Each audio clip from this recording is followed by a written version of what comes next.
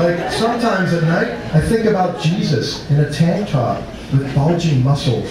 He has long golden hair, like in the Bible pictures. Fabio hair. I caught Kathy's eye in the rear view. I don't mean to be crude, but about the chastity thing, is it true? You do everything with tricks?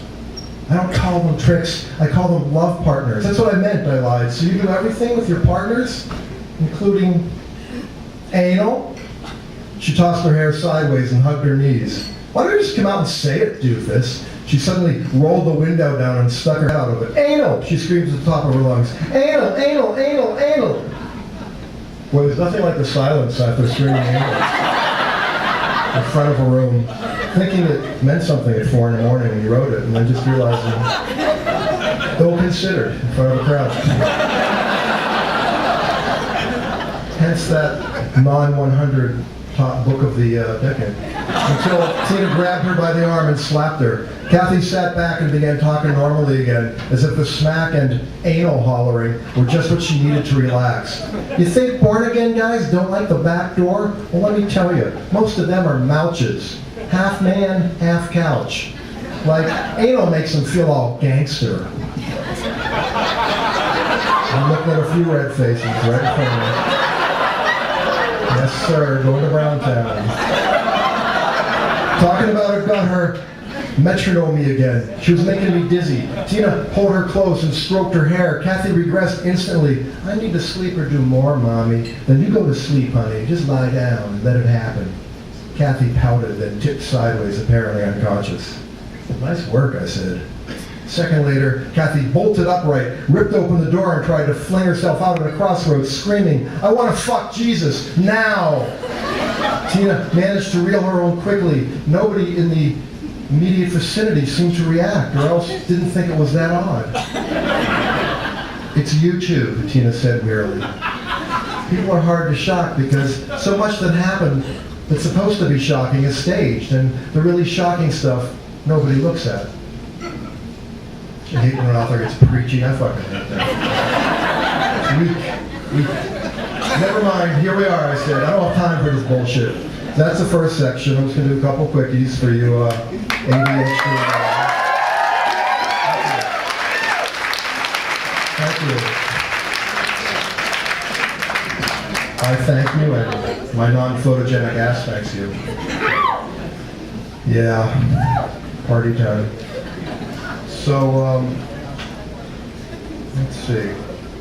Highbrow or lowbrow, or just really lowbrow? Yeah. It's all relative. So, middlebrow, there you go. You know, it's not personal.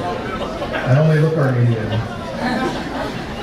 A lot of places don't have DNA tests to see if your kid is actually yours. They just check the unibrow. I just found that out with my own child recently.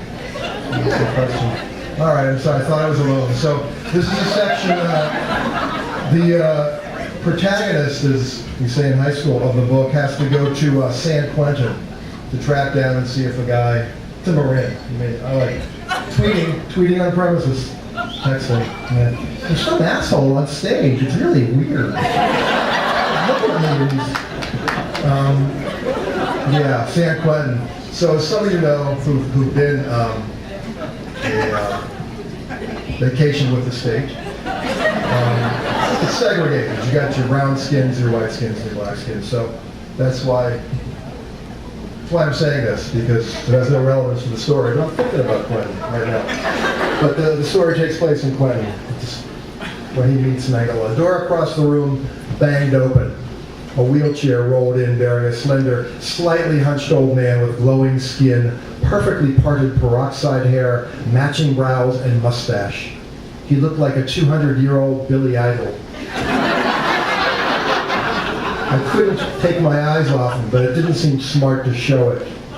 Mangala. He eyeballed the area inside of the room and began to spew. I have been denied. By the way, I'm going to do a German accent, which sadly sounds like my grandmother giving a brisket recipe. But again, you know, we write because we have no talents, so that's how it is. I have been denied government recognition for my achievements. This is going to be rough, but we're just going to soldier through it. I have made extreme sacrifices. I sound like a bad Schwarzenegger imitator.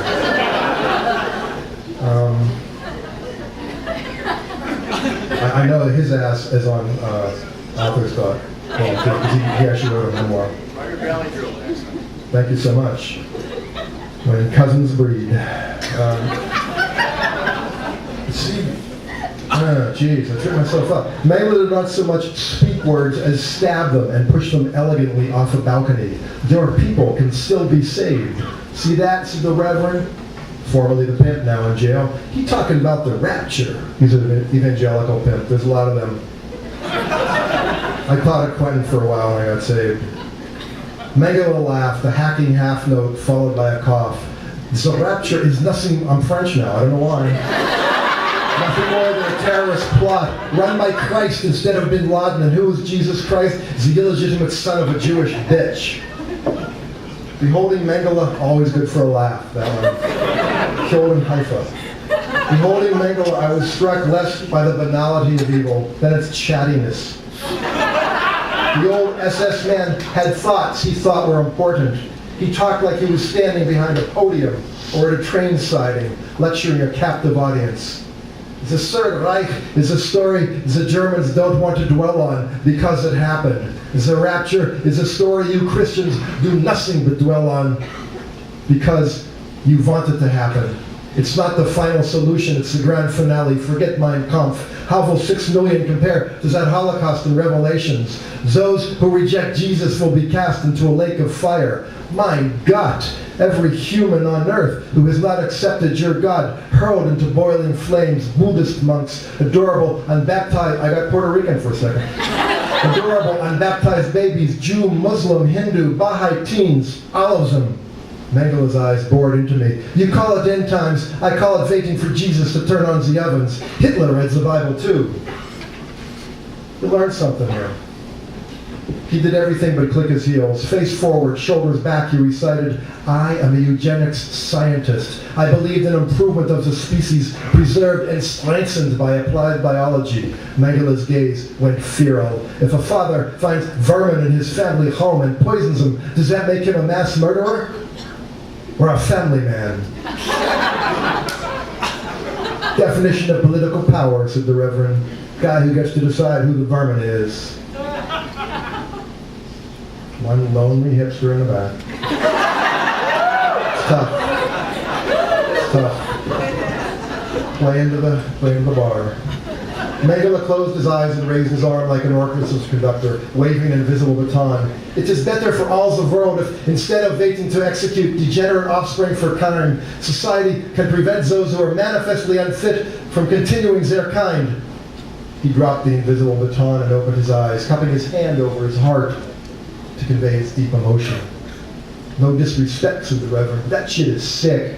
That shit, hissed Mangala, is from an opinion by your Supreme Court Justice Oliver Wendell Holmes in 1927, Bell versus Buck. The issue was forced sterilization. This will actually help you with your SATs for underage drinkers in the back. Micro. I've actually told the reason my books don't sell is because my target audience shoplifts. Not to brag.